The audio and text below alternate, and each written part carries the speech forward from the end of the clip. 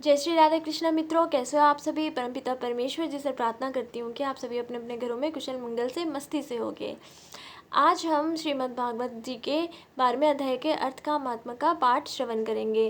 Friends, मैंने 12 अध्याय पढ़ लिया है। जैसे कि मैंने आप सभी को कहा है कि नेटवर्किंग की प्रॉब्लम है, मेरे से लंबी वीडियो अपलोड नहीं हो पाती है, इसीलिए मैं पाठ कर लेती हूँ। अर्थ का महात्मा मैं आपको सुनाती हूँ, और जो भी हम ये श्रवण कर रहे हैं और जो भी मैं पाठ कर रही हूँ, इसका फल हम इस प्रकृति को देते हैं। माँ भगवती, माँ प्रकृति हम सभी पर अपनी कृपा दृष्टि करें। तो आइए चलिए श्रवण करते हैं। अर्थ 12वें अध्याय का महात्म्य। श्री भगवानोवाच, हे लक्ष्मी, अब 12वें अध्याय का महात्म्य सुन। दक्षिण देश में एक सुचानंद नाम राजा रहता था। तिसके नगर में एक उद्गम नाम लंपट रहता था। एक गणिका से उसकी प्रीति थी। वो दोनों एक देवी के मंदिर में जाके मदिरा पान किया करते, मांस खाते, भोग भोगते। जो कोई पूछे तुम यहाँ क्या करते हो, तो कहते हम यहाँ वैसे ही रहते हैं, देवी की सेवा करते हैं। झूठ वह कह देते। उस मंदिर में एक ब्राह्मण देवी की सेवा करता था। एक दिन ब्राह्मण ने देवी की स्तुति करी। देवी प्रसन्न हुई, कहा वर मांग, जो वर मांगेगा सो दूंगी। फिर उसने धन संतान सुख मांगा। देवी ने कहा, है ब्राह्मण, अवश्य तुझे धन संतान सुख दूंगी, पर एक बात कर, पहले इन दोनों का उद्धार कर। ऐसा उपाय कर जिससे इन दोनों का उद्धार होवे। तो ब्राह्मण ने नमस्कार किया और अपने गुरु के पास आकर कहा, है गुरुजी, मैंने देवी की स्तुति करी थी, देवी प्रसन्न हुई, धन संतान देती है, पर पहले इन दोनों की उद्धार होवे।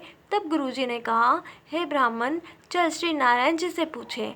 तब श्री नारायण जी का तप किया, तीर्थ व्रत किए, भगवान जी प्रसन्न हुए, आकाशवाणी हुई। श्री नारायण जी गरुड़ पर सवार होकर आए और कहा, तेरी कामना क्या है।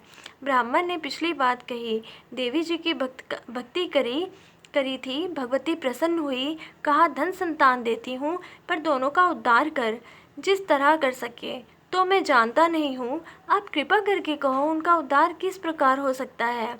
तब श्री नारायण जी ने कहा, है ब्राह्मण, गीता के 12वें अध्याय का पाठ सुनाओ तो उन दोनों का उद्धार होगा। तब उस ब्राह्मण ने भगवान की स्तुति कर धन्यवाद किया, आशीर्वाद कहा, तुम्हारी जय हो। तब ब्राह्मण ने देवी के मंदिर में भगवती की स्तुति करी, तुम्हारी जय हो।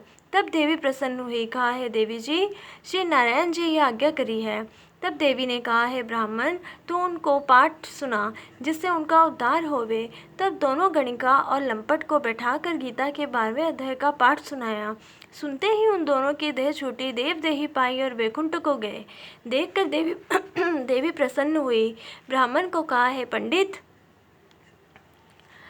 आज से मेरा नाम वैष्णव देवी हुआ। इसको सुनकर ऐसे अपकर्मी तर गए हैं, इस नगर का राज्य तुमको दिया। इतना कहकर अंतर्ध्यान हो गई।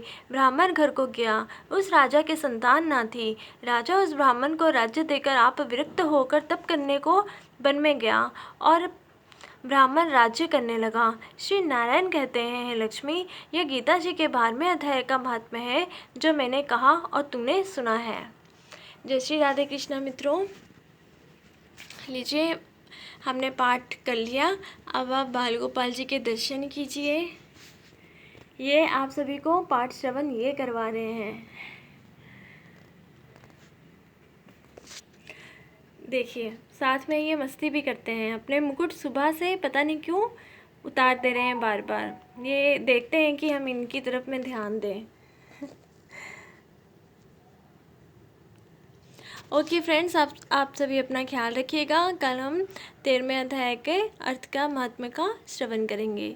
जय श्री राधे कृष्णा। सभी अपने अपने घरों में कुशल मंगल से रहिए, खुशी से रहिए, मस्ती से रहिए। जय जय श्री राधे कृष्ण।